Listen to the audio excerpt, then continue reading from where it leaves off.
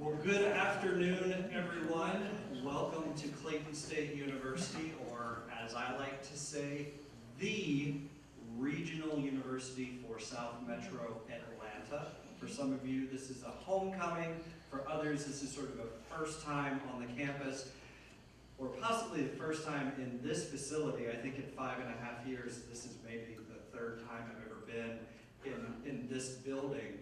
And I'm really coming to like this space because it feels so intimate, and I think it's going to be pretty perfect for today's conversation.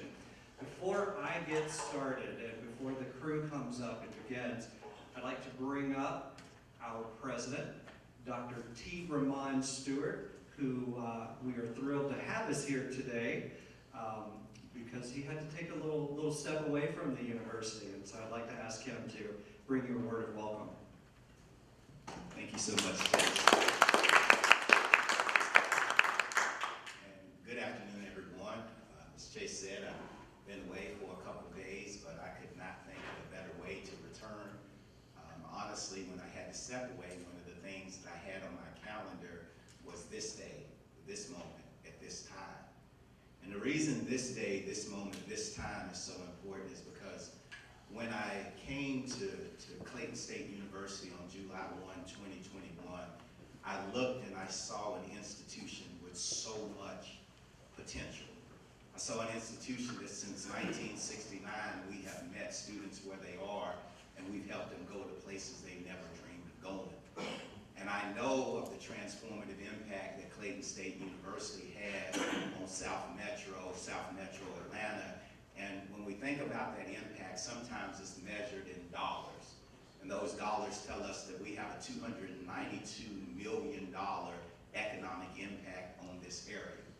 But the thing that we need to be most concerned with or be most focused on, I think, is what should we be doing to ensure that that $292 million follows the trajectory of that institution up North Kennesaw State, where they started just 8 years after us, and they have $1.65 billion economic impact.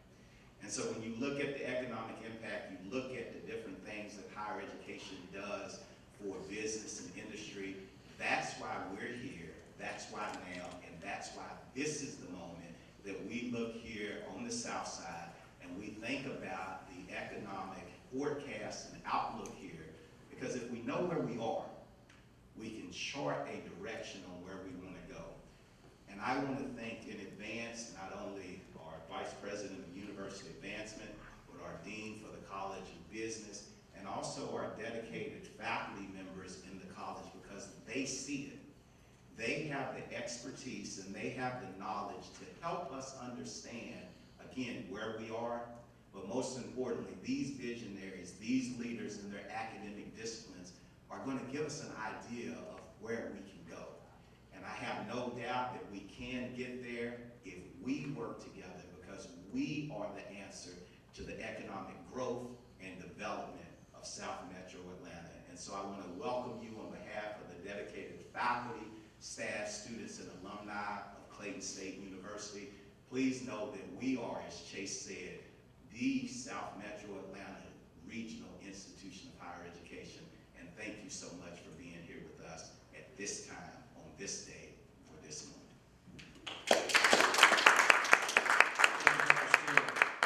A few housekeeping items. Up on the screen right now is the Clayton State guest Wi-Fi password. If you need to log on your device, feel free to do so.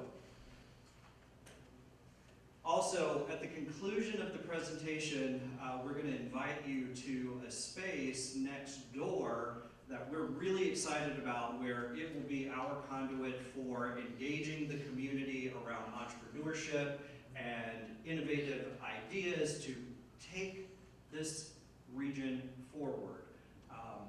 Inside, you'll get a thumb drive, if you would like, of today's presentation, as well as we are recording and will host that video later this evening and can send the link to you. I'd also like to pause for just a second. We all woke up to news and what was going on in the world today. Uncertainty, anxiety, our very own Dr. Haiduk is from the Ukraine, and so I know that she would appreciate us taking a moment to remember her and her family.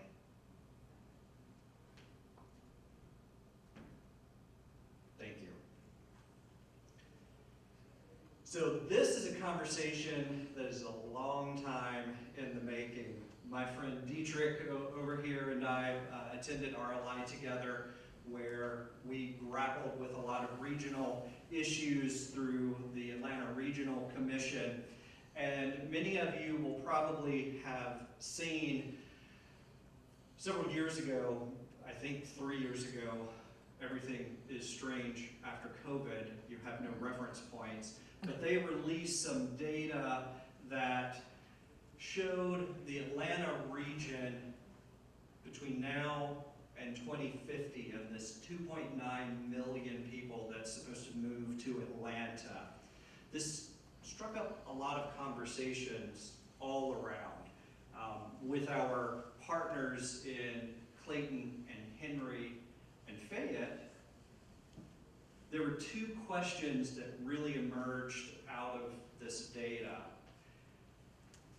The first question was, why is there a presumption that about 70% of the presumed growth in population and industry is presumed to happen in the counties north of the city, when, you know, there's maybe a little extra distance between them, the downtown, the airport, and why not on the south side when we're so strategically located with amazing infrastructure?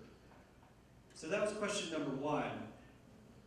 Question number two, and how this really began to come together, was how do these three counties that in this conversation and sort of moving forward will use the term the South Side, and that means for this conversation, Henry, Clayton, and Fayette very specifically, how do we look at each other's strategic strengths? And how do we collectively envision a different future that defies the presumptions, that uses our collective strengths in ways that creates a region that participates in the economic benefit that's projected by the year 2050. We've got a 30-year window to make some decisions. I also want to take this moment to thank all of our good friends, Mr. Chris Williams from Georgia Power, because they gave us a huge data set out of their functionality and their economics team to begin to look at some of these indicators so that we can start building some forecasts.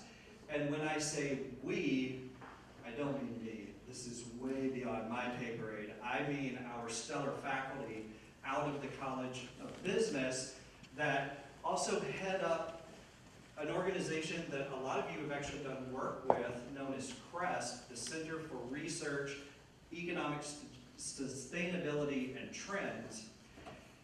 And what we hope today is a peek into our ambition of where CREST wants to go, where we build the sophistication, the infrastructure, where this institution becomes that intellectual capital base that you turn to for quarterly, annually forecasts, where there's really deep analysis of what's happening so that our leaders have information to make decisions. That's what we're hoping for, and I would be remiss, because they will kill me afterwards if I don't say, this is all contingent upon future funding. So with that, I'd like to recognize the lead on this project, Dr. Reza Karindish, if you would wave your hand, Dr. Irina Haiduk, Mr. Brian Hunt, Dr. Anthony Hanna, and Dr. M.D. Rakanuzman. And then maybe I should also recognize our spiritual leader, the Dean of the College of Business, Dr. Jacob Chaco.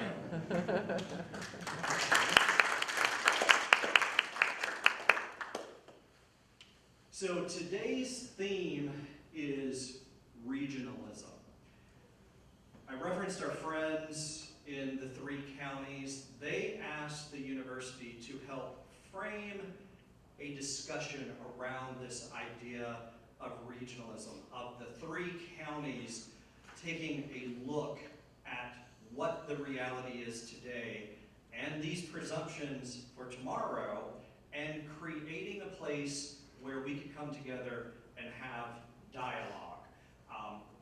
There's going to be data that you see where we were also asked to create a counter with our cousins, our cousin counties, if you will, on the north side. This is not about an us versus them or haves and have-nots, but there are some really interesting similarities and there are some stark differences. And the great thing about higher education, while you came onto this campus and you just knew that you were going to sit through a lecture and just couldn't wait, that is not what today is about. Once I'm done and sit down, we'll get to the meat of things, and this is an opportunity to ask questions. Our faculty experts, we're putting them up here not with their microphones to go through a specific slide deck, which we will do, but we hope that you'll take the opportunity to ask questions as the data is presented. Because what we need from you is fleshing out what this vision and what this narrative of what could be turns out to be. Mark Twain quipped a long time ago, there's lies, damn lies, and statistics. We don't want to focus just on statistics today. We want you to help us fill in the gaps so that the narrative that people walk away with is fuller and richer. So again, this is a conversation that we invite you into. This isn't a just sit and take notes, though you're welcome to. With that, I'd like to ask Dr. Jim Flowers to come up because he's going to give a little bit of context on this comparison data between the north side and the south side. Thank you, Jace. So, our discussion today is going to reference 3 counties to the north, Cherokee, Forsyth, and Hall counties. And it's really just as a point of comparison. But if you think of the map, they really represent kind of the last of the northern tier before you hit the mountains. And it gets a little hard to build subdivisions with 3 to 4 houses per acre when it's, 30% grade going up the slope there. So, that's kind of the outward bound, so to speak, of the counties. But just real quickly to set the table before we do a deep dive on the data.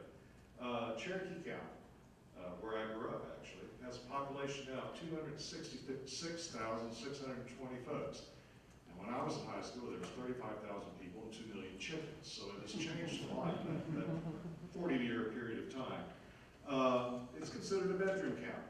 In fact, Chamber of Commerce is quick to point out one of their major challenges is that their out commute comprises 78% of the workforce. So 78% of the people living there work outside of the county. That's the highest rate in the metropolitan area. Their current economic development focus is threefold. One is entrepreneurship, or just small business development. The second is film, and we're all about that. And the third is the traditional location strategy, looking for that small to medium-sized manufacturing company to locate a plant there. And their educational post-secondary needs are filled by Reinhardt University of Waleska, Kennesaw State, and Chattahoochee Tech. So they're in a good position.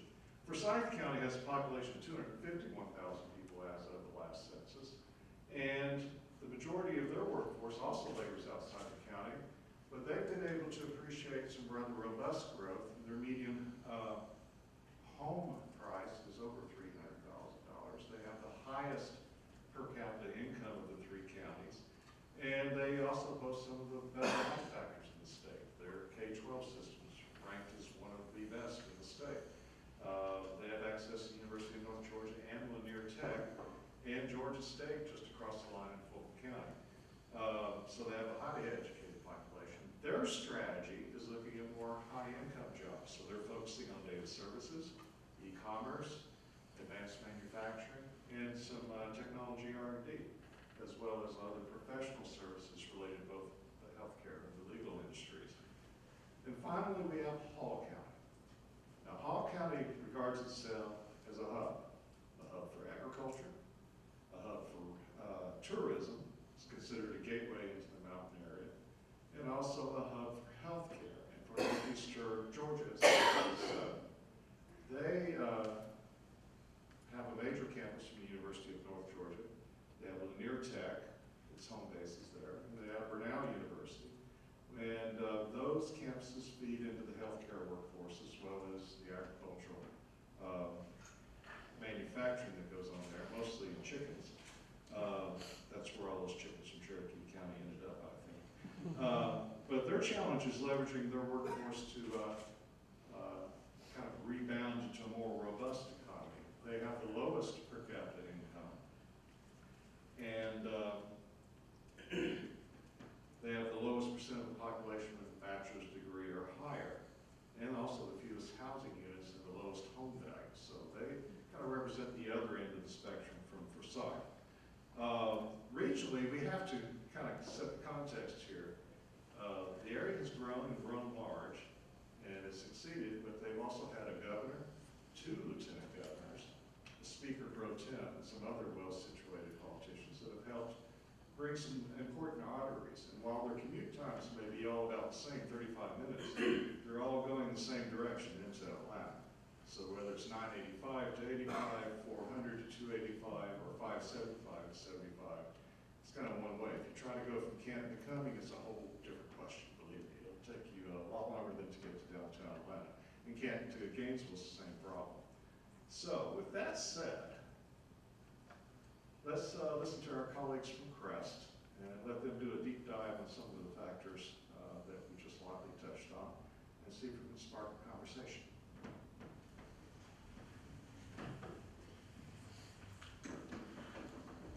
Thank you, Jim. Good afternoon, everybody. Good afternoon. All right, so like I said, I'm Dr. Anthony Hanna. My background predominantly is in accounting and analytics. So I'm going to do a dive into essentially some population statistics. All right. So we're going to talk, about the demographic. We're going to talk about housing. We're going to talk about cars, house size, things like that. So when we're looking at this, just remember it's a snapshot view of the counties, like collectively, right? So we're looking at numbers within the counties and not between the 6 counties, but within the 3 counties. Again, questions are encouraged, but as we go through the slide deck, some answers may happen as we go through the slide deck. So we encourage the questions, but be on the lookout for the answer to the previous slide being in the upcoming slide, okay?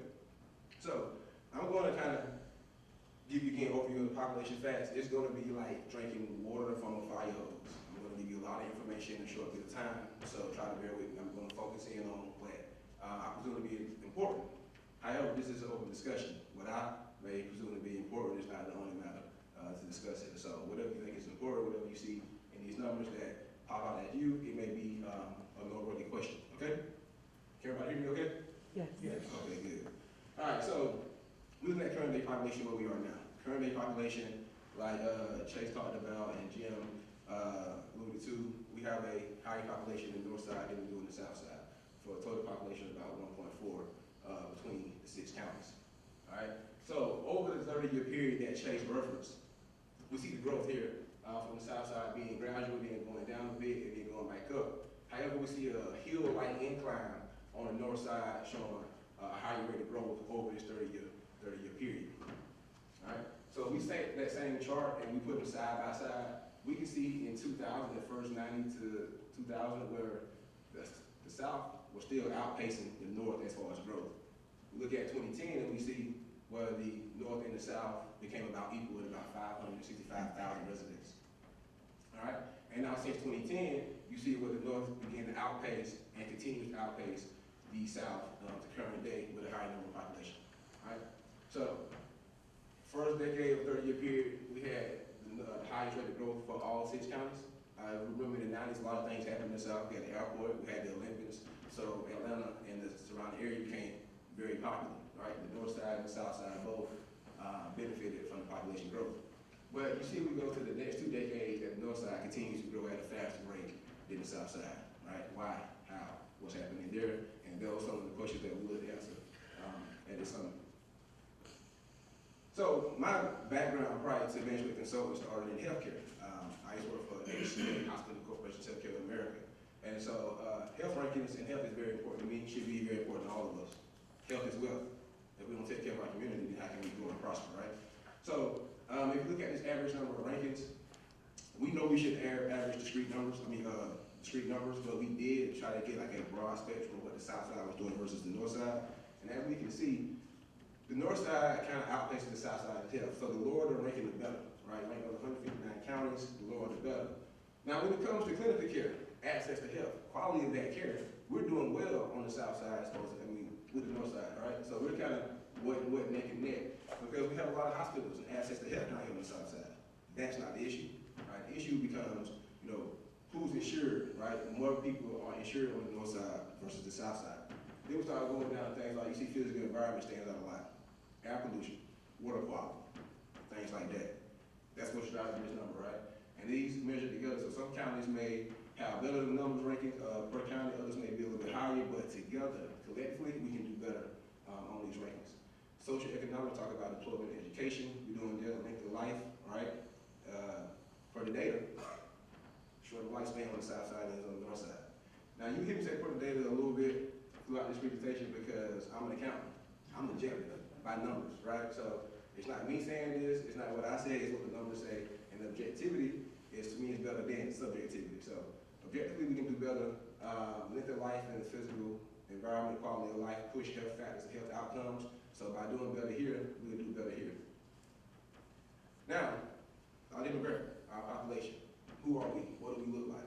On the south side, we're predominantly black at 54.6%, followed by white, and then Hispanic. All right.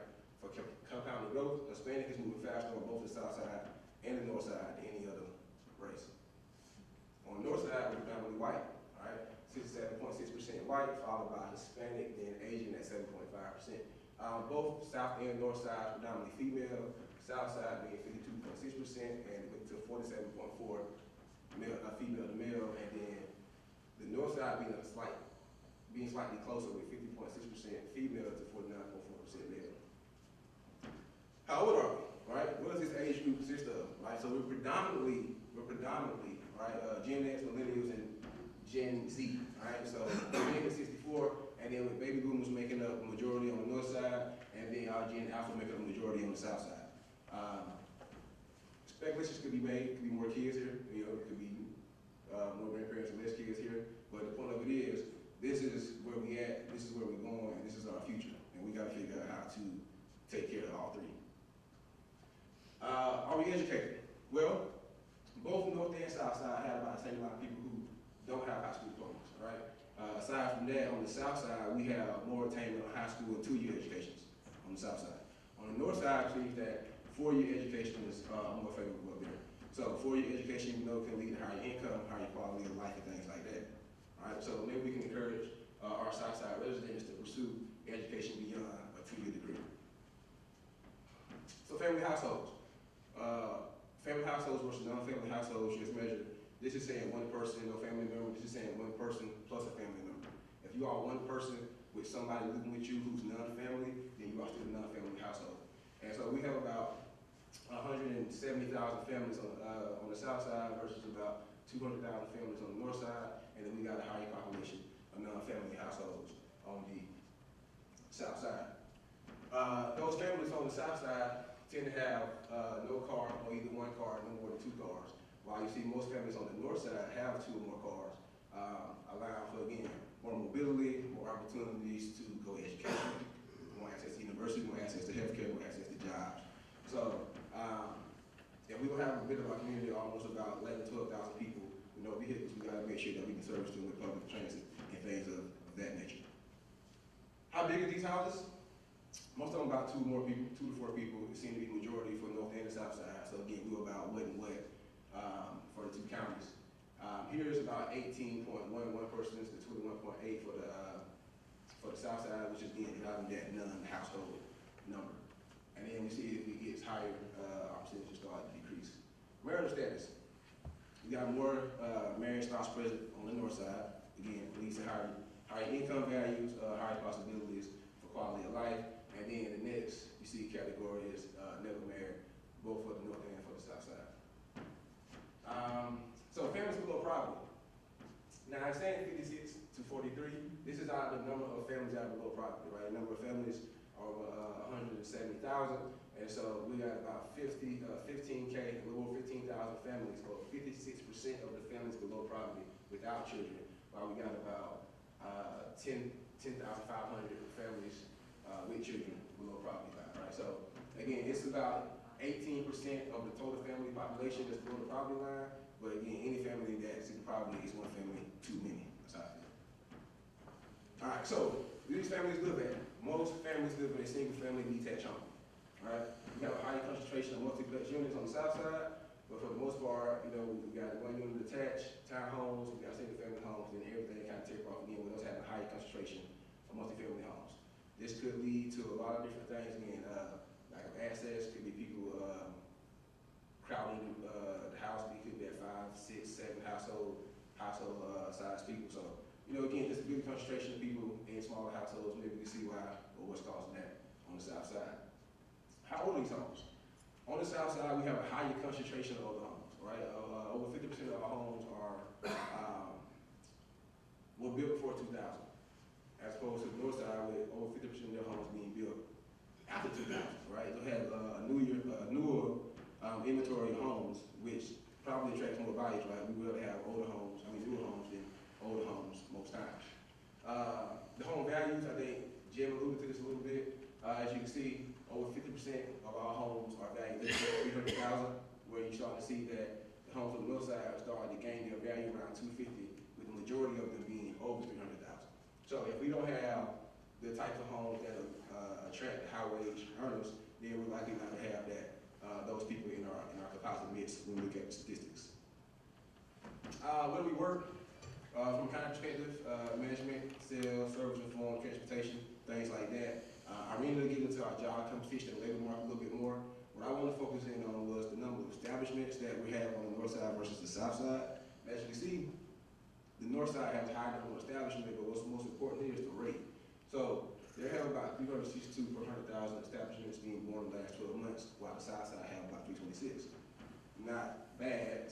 North side has a higher population, so that makes sense. Then think about the number of jobs created for these establishments, so about 136 per 100,000 to 154 on the north side.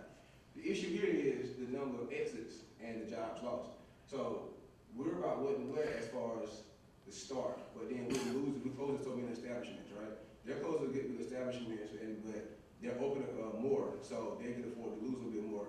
And then the jobs that we lose are more critical on the south side than the north side. So see, for them, they have a high number of establishments, they have a high number of establishments getting started, but we are pretty much neck and neck with them as far as closures and loss of jobs. Now looking at it from a small business perspective, how can we support them? How can we, and what do we look like? You see a high mix of small businesses with 20 employees or less on the north side, then the south side, but you see both sides consider the same thing. 20 less employees in small business are seen to be the majority for both areas. Followed by, again, the 500 or more, and then with the everything between 20 and 499 bringing up the middle. Most of the employees are civilian employed, with retirees being the next batch of residents.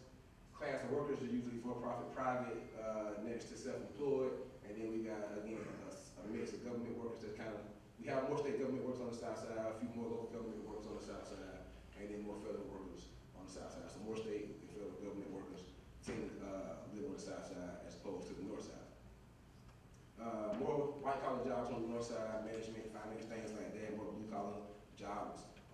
Southside with service jobs, service industries, kind of taking the cake over form. In the north side, how are we getting to work? Most of our residents drive alone to work, we commute, followed by carpooling, and then working from home being the next highest total for the north and for the south side. How long were you in our car? Most people on the south side are in their car 30 minutes or more. We're commuting farther to the north side. More people on the north side are 30 minutes or less to their commute. Could be traffic, could be logistics, but it's the facts of the data. And then, how much are we paid? Most residents on the north side, you see, over 60% of residents on the north side make less than 100K or less, I should say.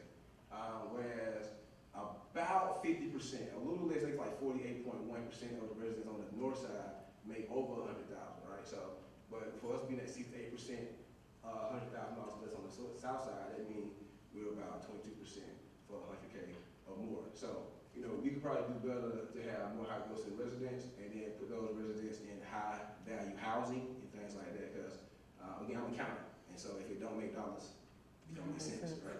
So with that, I'm gonna go ahead and pass the mic to Brian and let you just go. Any questions on, before we head into the next sector? Got a question? Yes. So with regard to looking at the regions, how much or what play, Brian, they talk about this as it pertains to density.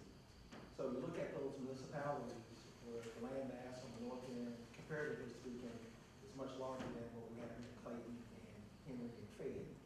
So when we talk about the economies of scale here, how big of a difference does density play with regard to compare and contrast numbers in space?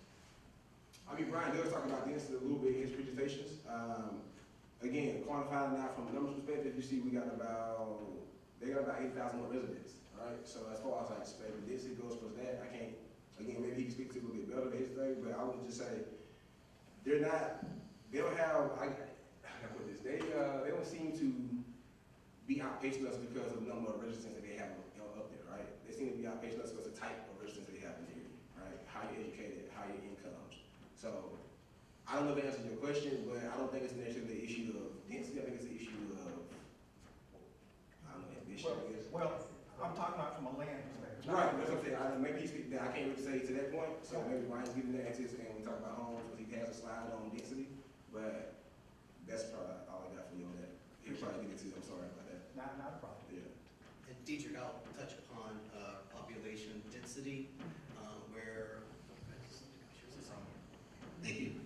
I hope to get to your question, Dietrich. I know when we were working together on the Clayton County Economic Development Plan, and you were part of that, we had on the housing side a discussion about population density and relative to actual land space. Right. And one of the things we're finding in this pandemic real estate market itself is not an increase in suburbanization, but an increase in urbanization to out to areas that have smaller population densities, but with the land space to actually absorb incrementally more people, more housing of a given type to create economies of scale with it. And if that's successful, then we begin to enter a territory to brag about affordable housing and being able to offer that.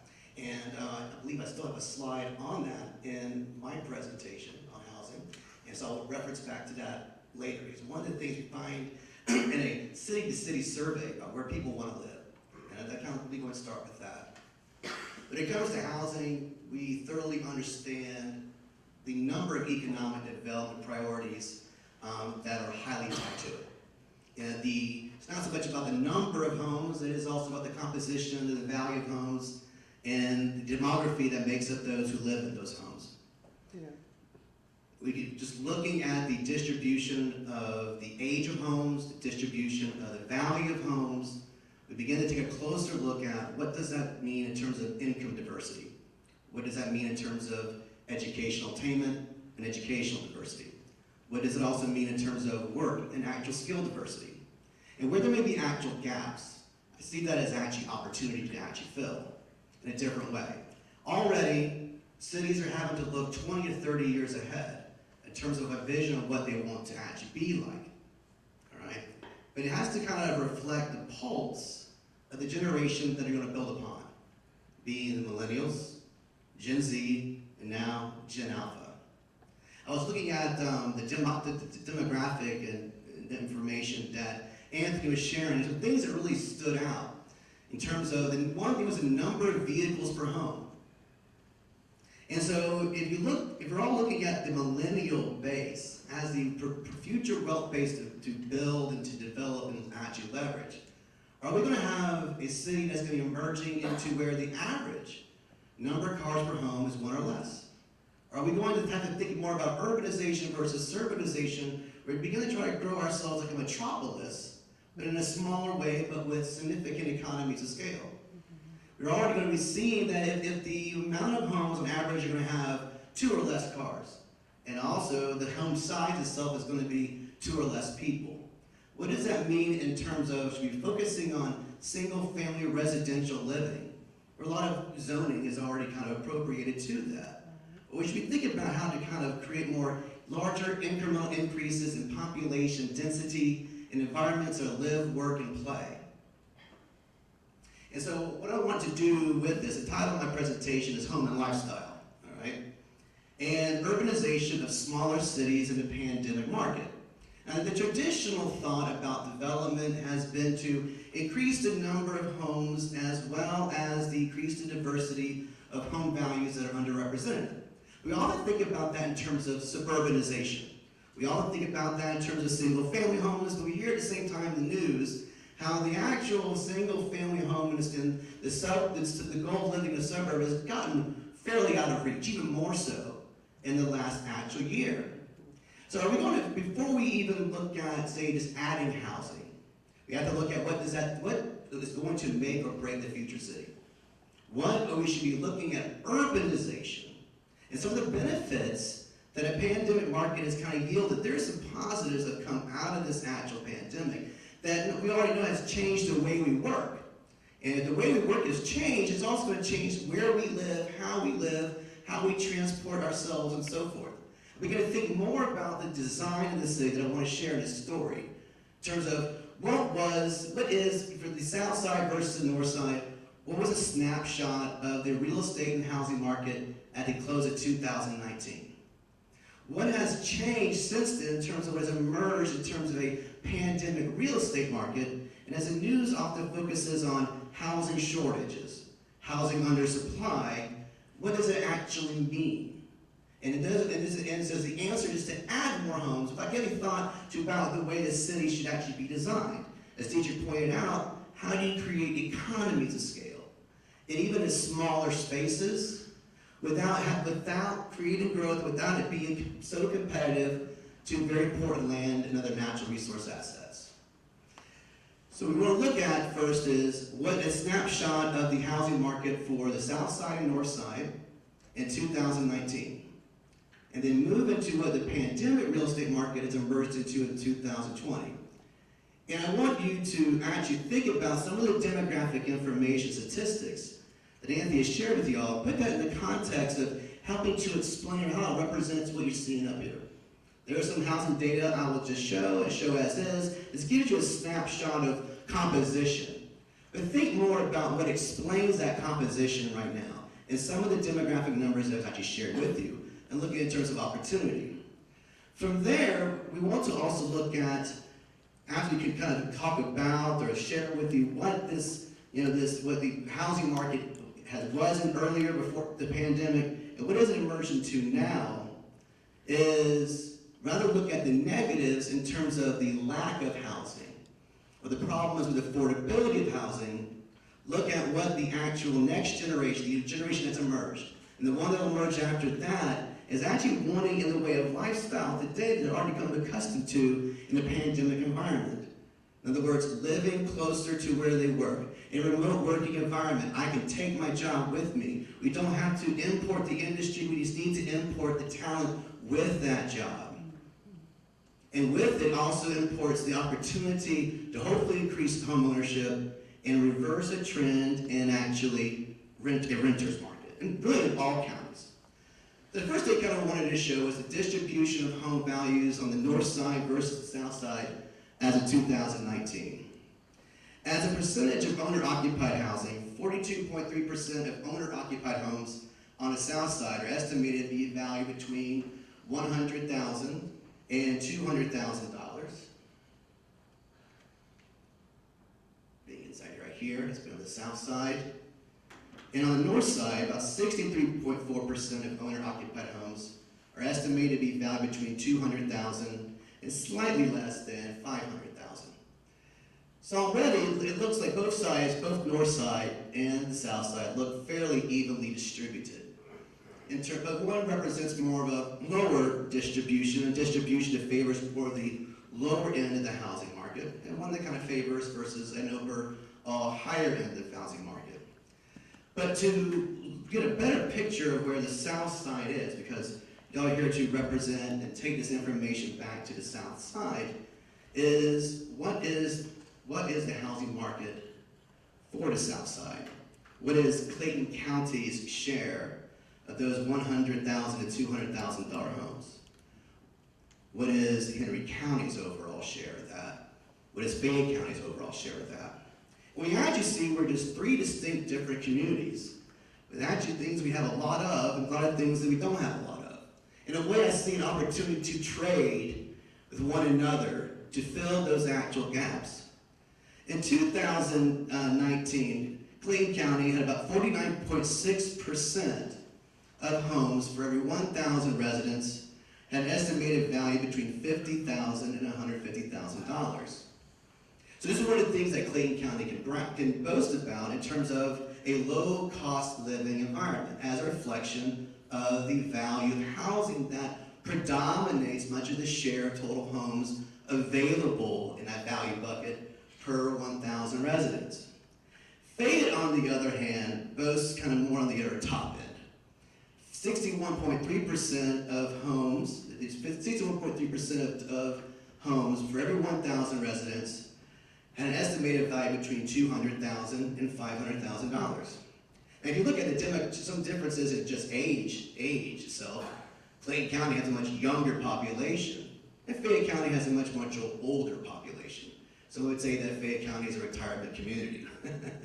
And so with it has the wealth base that is tied up in long-term savings and actual real estate. But somewhere in the middle is actually Henry County. In 2019, Henry County, 57.4% of its housing stock for every 1,000 residents had a value between $150,000 and $300,000. So there's representation across all three different types of value distributions.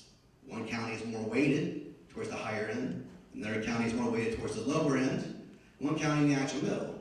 If we were to begin to connect the dots and kind of attach that to the type of employment and the type of labor is available in each county as a reflection of home value that supports that, we're going to find there's actually, each county has a comparative advantage and a number of different skill sets they can actually trade. As Jim was pointing out, one of the counties is focusing more of its attention on trying to attract and develop more low-skilled workers, suggesting there was a deficit there, actually having to attract that type of talent to kind of fill that actual gap, which means they're having to outsource or out-commute some of the more expensive talent that they have a lot of to other counties. They're deficient in that. So this is where we are, and these are the respective percentages for each county in terms of the makeup of the share of housing for every 1,000 residents. You can kind of see which value bucket each county predominantly dominates in. You also got to look at the age of homes. That's important as well. I think the ability to either urbanize and suburbanize is a function of housing age. And with it, can we also help explain why one market is more of a renter's market relative to another. On the south side, about 50.6% of all total homes were built between 1990 and 2009. And on the north side, a little more than that, about 53.1% were built between 1990 and 2009. So overall, just as regionally, both regions, north and south, north side and south side, can claim that the majority, or more than at least a little bit, around half or a little more than half their housing stock is about 30 years old or less. Things kind of built more in the 90s. But also, it also communicates that based upon housing age, that both regions are ready for a housing facelift. But if you were just to look at the percentage distribution of housing age on the south side, you would actually see that for, say, Clayton County, the majority of homes are actually between 30 and 50 years old or more. Actually, Clayton County, being just an older county in general, has a lot of homes that are well over 50 years old. It makes you think about where they're located. Historic districts are very popular to actually develop.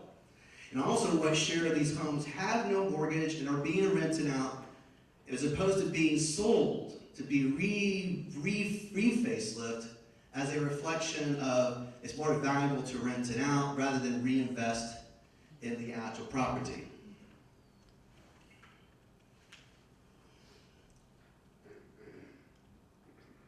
Now, Fayette County, on the other hand, about 74.4% of its homes are less than actually 40 years old. If you look at Fayette County, going back to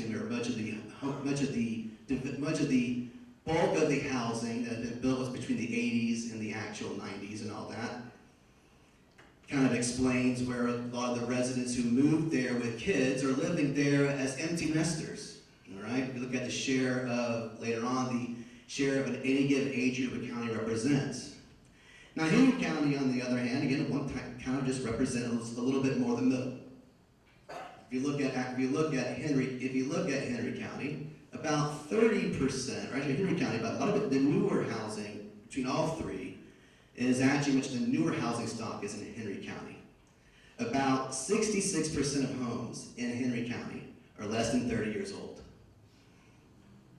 Which means that in terms of reflection of that being newer build, what age distribution or age range does that actually represent? What income level does that actually represent relative to Fayette? Housing's a bit older, but also the actual demographic of the county's a bit older. And then if you look at, say, Clayton County, being much of an actual, a younger overall population, but also a bigger renter's market. A lot of the older homes are being rented as opposed to being owner-occupied. And that takes me to the next slide.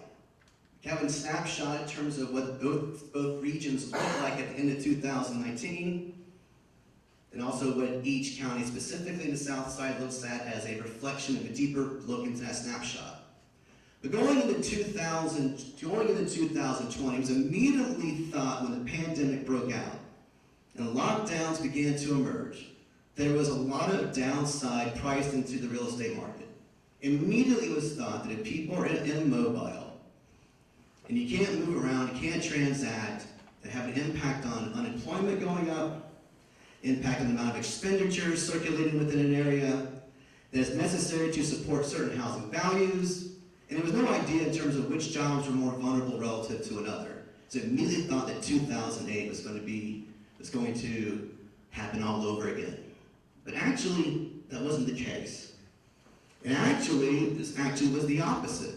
We found that as the new remote working model began to emerge, that was the safety gap for much of the middle class in terms of buoying equity in the existing housing market and also preventing or at least mitigating the risk of a repeat of 2008, 2009.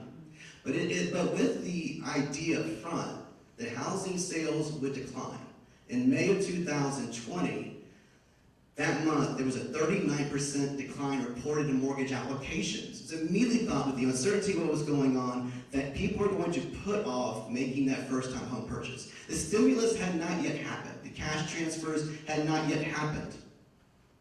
But it was an opportunity for those more risk-oriented investors to buy. In 2019, there were 656,000 homes for sale that were, by the National Association of Realtors, deemed as affordable housing. Now, affordable would be for an income range between $75,000 to $100,000 a year household income, in which the actual mortgage would not exceed 25% of household income. One of the problems today in renters markets is that as renting became a substitute to home ownership for the more risk-averse population, gross rents, median rents, began to catch up and now keep pace with monthly mortgage payments. And in some cases, even in a county like Clayton, even Henry and Fayette, more than a third of all renters are paying out more than 30% or even 35% of their household income in rent, making it difficult for them not only to save, but also become less competitive to those with cash on hand, the investors. The current homeowners in the marketplace, they have a lot of equity in their home, ready to borrow from that and invest it in a second asset or home purchase. 2022 comes along, and all of a sudden the stock of homes for sale that were deemed affordable to this income group has actually contracted by almost 406,000 homes less available than there were almost a year ago. So over at one point, there was almost 25 households competing for every one listing within this income group. Now today, there's 65 households competing for the same listing for this income group. A lot of competition. So on one hand, from an affordability standpoint, you have more demand than we have the stock that's actually formed. But the existing stock that's being priced the highest is out in the suburbs. All right? The question is that where our new generation of home buyers want to be at?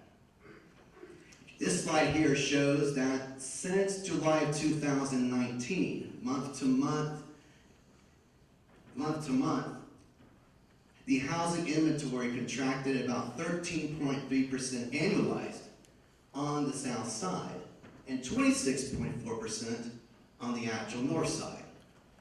Now, some of this actual housing contraction on the south side was much less than the north side because the south side has a higher overall rentership rate than, say, the actual north side.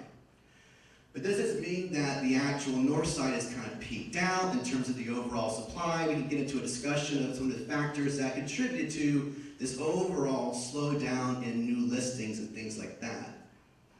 In terms of median days on the market, this would suggest that from 2016 going into 2019, especially in 2019, both markets became hot. Overall, the trend was a decline in median, and the overall trend was a decline in median days available on the market. Important now is actually this right here.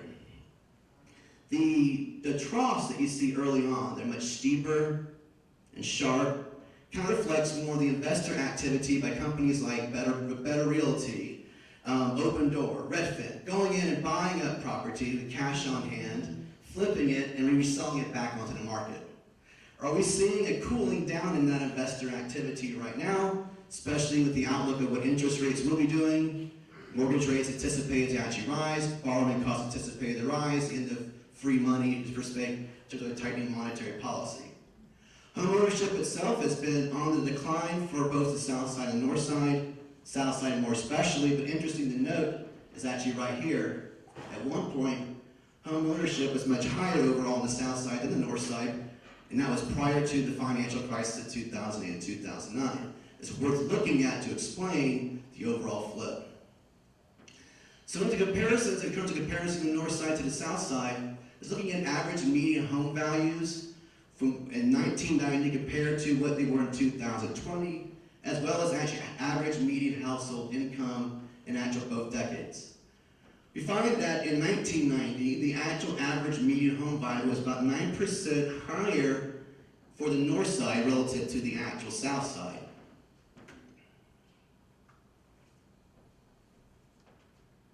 Average median household income, the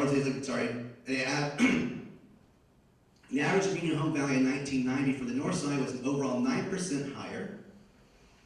We also see that the average median home value in 2020, fast forward to that, was actually 37% higher. What explains this overall rapid growth? What does that mean for the actual south side? Is that average median household income on the south side was actually 15% higher in 1990, but 20.6% lower in 2020. The number for 2020 represents that the types of jobs that the south side has a larger composition and share of, the most vulnerable during the pandemic, and the Paycheck Protection Program wasn't really helpful in shifting being regressive enough to shift more of that relief that way versus towards more higher income paying jobs. If you look at average median household, average median home value on the Southside in 1990, it was 8.3% lower in 1990 and 27% lower in 2020. But what makes or breaks a city? We're finding in terms of looking at the snapshot, we have what the current state of the housing market is, the pandemic real estate market, and in terms of a housing shortage, in terms of an undersupply housing relative to demand, an insufficient amount of affordable housing. The knee-jerk reaction is to continue with the development models that focus on the suburbs. That seems to always been the American dream. As incomes per person rise and family sizes grow, then people have a need, interest to move out to the suburbs. We're actually seeing that actually being the opposite. The pandemic not only has changed the way we work, it's also changing where we want to live. What makes or breaks a city is, one, neighborhood design. How beautiful and authentic and clean it is. Does it prioritize pedestrians over cars? As one of the demographics that Anthony showed is, we may begin to see the emergence of fewer cars per household, and also those with more people with no cars requiring more pedestrian commuting and more pedestrian traffic.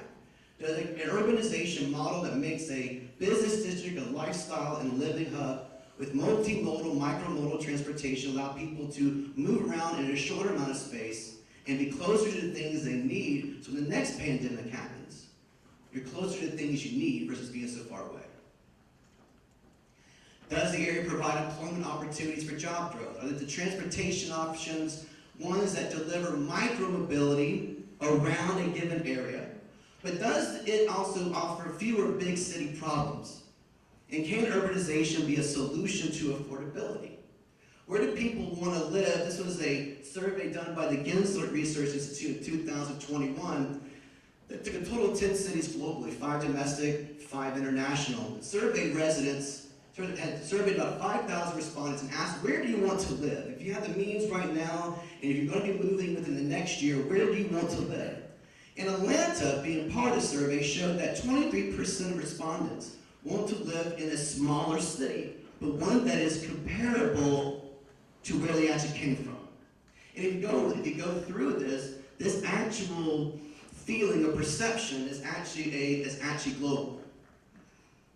If people want to live in a smaller city but don't want to be so far removed from where they came from, they want the amenities to be there. The respondents in the survey suggested and really re-emphasized that there needs to be a big city feel in a smaller city. I need to be able to live, work, and play. Clayton County has recently integrated a great ground of the development that reflects this urbanization model. But what do millennials want? I ask my wife this all the time. She is a millennial. Sometimes she says, I don't know. And that's not the actual case. Millennials do know. In terms of what the millennials want, they want to live, again, in a smaller city, but that is really comparable to a larger city from where they came from. The suburbs, you see here, back up, is the goal. It's still on their mind, embedded in that millennial culture, maybe bred into that thinking by mom and dad, that the dream is the suburbs, the white picket fence. But they're thinking alternatively to that in terms of how they will live, how they work, how they want to transport themselves as the new stewards in a green environment. Where do remote workers want to live? Surprisingly, not where they are right now. Remote work is what we should be focusing on. The millennial today is part of the remote working generation. Remote workers today have the income, but the mobility to choose to live not always close to where they work, but they have the ability to move further away, to live in those low-cost areas, to be able to start a family, to buy their first home. The question is right now, there's not enough starter homes in the market to meet that demand. But that's about single-family residential homes, not the homes that kind of reflect urbanization. And the remote worker, just as much as their non-remote worker, want to live in a smaller city, but comparable. But in the end, are the counties as of right now competitive enough to attract in this age group, this talent, even retain them in such a way to leverage them as the wealth base to grow and develop on some 20 or 30 years out. Build that small mini metropolis. This was some data taken from the Applied Populations Laboratory in the University of Wisconsin. Pretty much looks at the year 2000 to 2010. A new study is coming out soon to look at how net migration trends by age may have changed. And I want to take a look at that later on for all 6 counties. We see that for Clayton County, Clayton County does a fairly good job of seeing the positive net migration of the millennial age group. But they also represent right now, in terms of us always being a small, but as a age group that has seen a positive net immigration to the county, once they hit that age of getting married or working age, or ready to buy their first home and have kids, then we begin to see across the rest of the age groups a negative net migration. In other words, more people migrating out in these age groups than are migrating in. However, Henry County does a fairly good job of receiving that net migration. Are the age groups that we're trying to retain, are they going to our neighbors next door?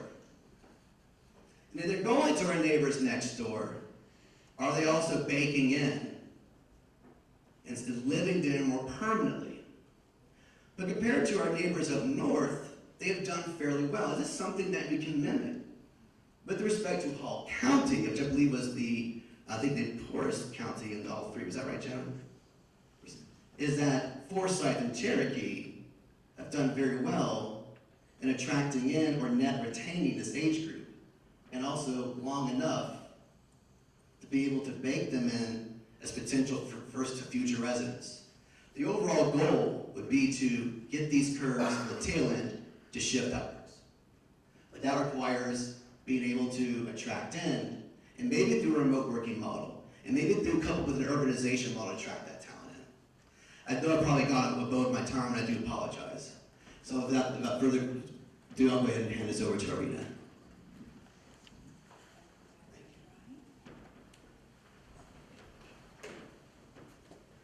My presentation will focus on the labor force profile, and I will talk about past trends and future outlook. Back in 1990, 30 years ago, as we see, Clayton County has the largest workforce in the Southside, but over the last 3 decades, yes, the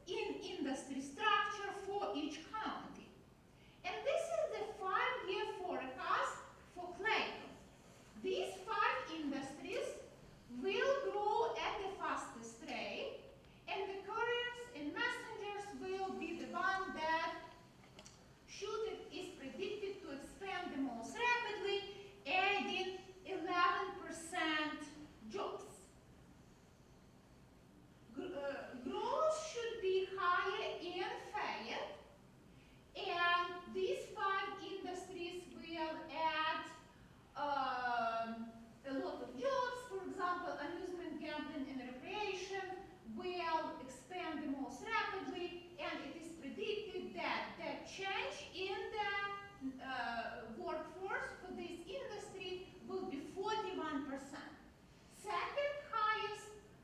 Second fastest growing will be fabricated metal product in manufacturing. And as we see here, the top 5 industry, food services and drinking places, also will expand at quite high rate. It will add about 1,000 jobs, and there will be 20% increase in employment. But the growth will be even higher in Henry. And this industry, motion picture and sound recording, will witness very rapid expansion. Well, it is predicted, yes, that it will witness very rapid expansion in the next 5 years, adding almost 2,000 jobs, or employment will increase by 125%. Other fastest growing industries will be clothing and clothing accessories and merchant wholesalers in Henry. What is important to emphasize here is that the industry that is predicted to expand at the highest rate will also be the one where compensation is very high. It is well above the average in Henry. It is very high in the region, where in this industry, on average, workers make $90,000.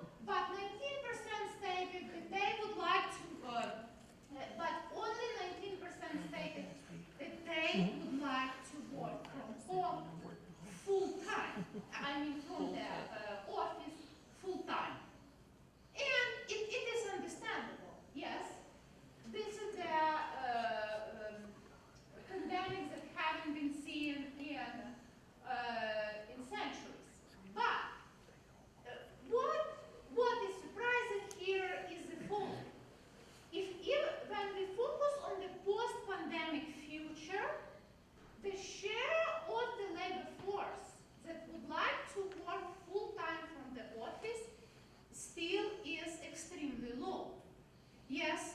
So what it tells us that those who have the opportunity to work from home, they will make their decisions, they will change their preferences about the location, where they should live. And this will affect the housing market.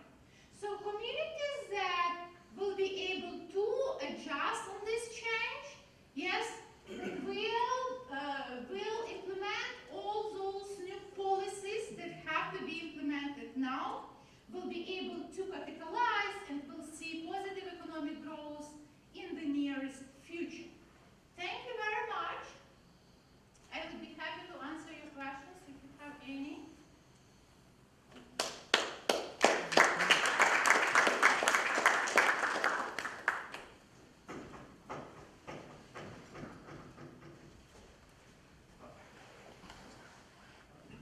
All right, thank you for your attention throughout this presentation.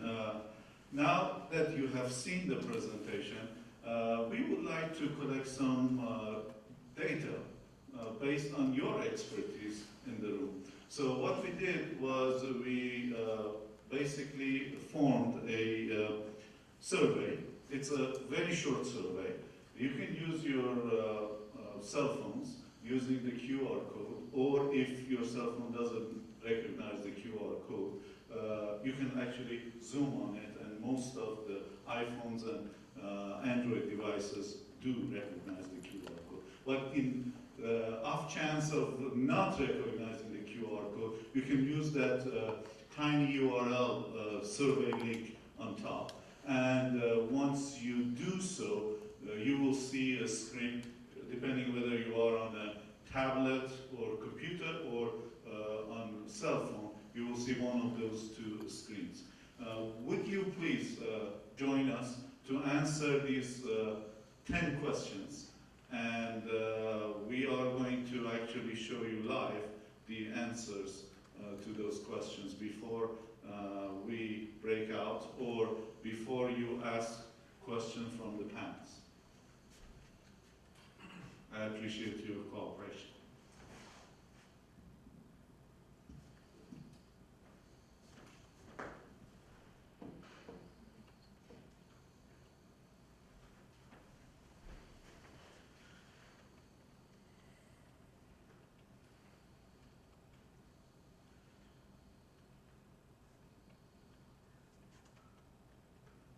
So this is what you will see. And there are 10 questions. And once you're done, please click on submit. And the way it is designed, any question that has a star in front of it, you have put to... the QR code back again, please. Oh, QR code back. oh, QR code, sure. Thanks. Sorry. Just so excited. I am. I want to show you the responses as they come in. But this is the QR code. You can use your phone camera, especially if you have iPhone.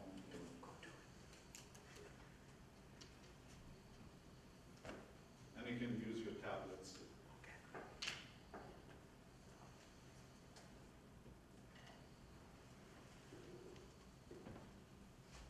And let me know if you have any difficulty. I will be happy to help. Now you can go to the results. Everyone is answering, so. Okay.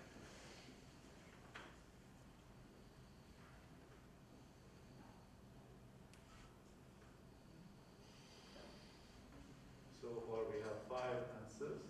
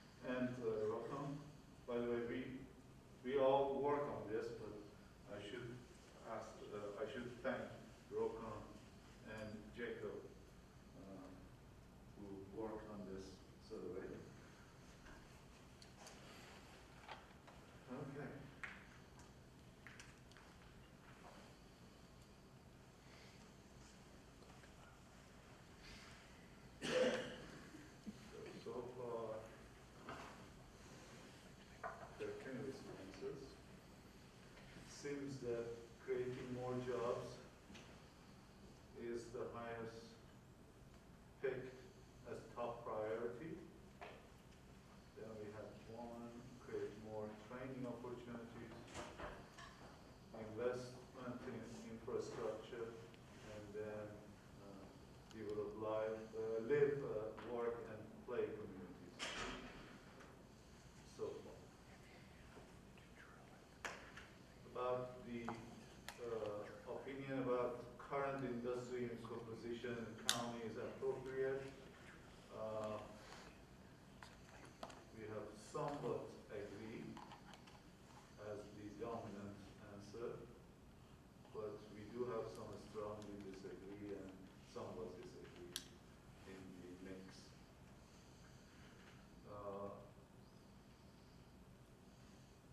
It seems that about half are somewhat satisfied.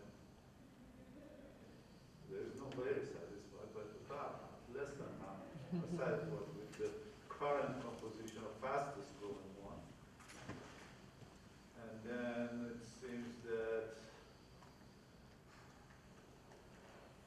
actually, neither agree nor do they disagree or somewhat agree about this particular question. Currently, the Southside work closely together, but there are some disagreement, which basically says there is opportunity for more work together. Besides employment opportunity, what is the most important factor?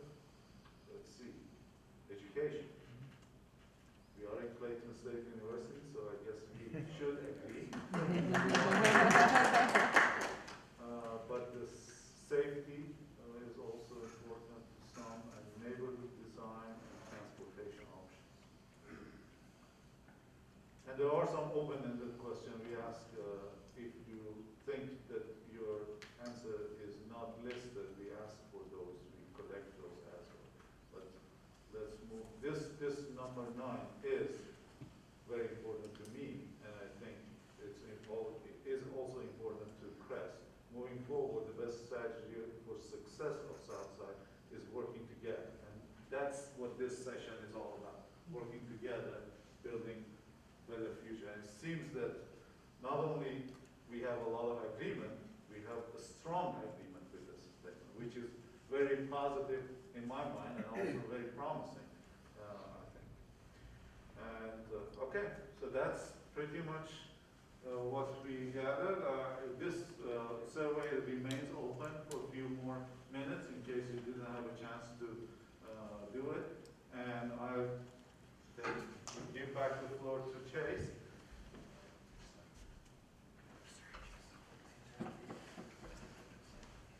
All right, thank you all for engaging in this conversation. I hope you found the information interesting. I would really like to ask, are there elements of what you learned today that you would like to explore right now? Go a little bit deeper on. We can entertain some further conversation, or go straight to some wine that we've got outside. But I would love to know if anybody's got any questions. I do. Yes, sir. On the slide where you were showing the movie industry in Henry County projected to be number one, the fastest growing, is that just based on the overall presence from Fayette Counties, what they've done with the movie industry? Is that where that prediction's coming from? Yes, this is based on the, thank you, based on the current conditions. Yes, this is what we will observe in 5 years. This is 5-year forecast, given that all the policies that we have in place for this industry, yes, all the current employment in this industry, the workforce development policies in the region. This is the growth that will be seen in the future. But if any changes happen, yes, in this industry, in the workforce development, in the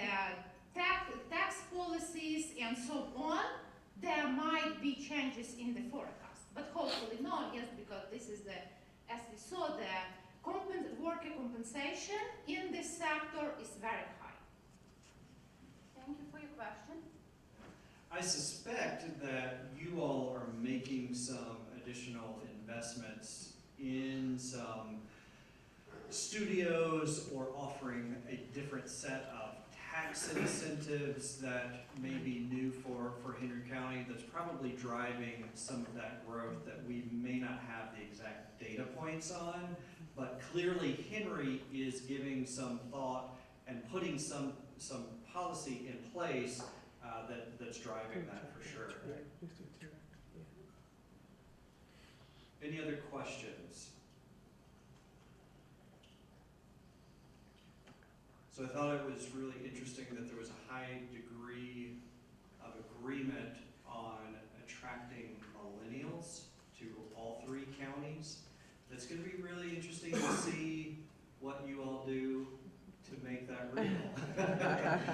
Because they're a picky group. I know a whole bunch of them in my office, and they all want things that are somewhat different than what I want at 47 years old. All right, well, with that, again, thank you very much for coming to Clayton State to take part in this. I hope you're leaving with some data that may be different than what you had expected to see.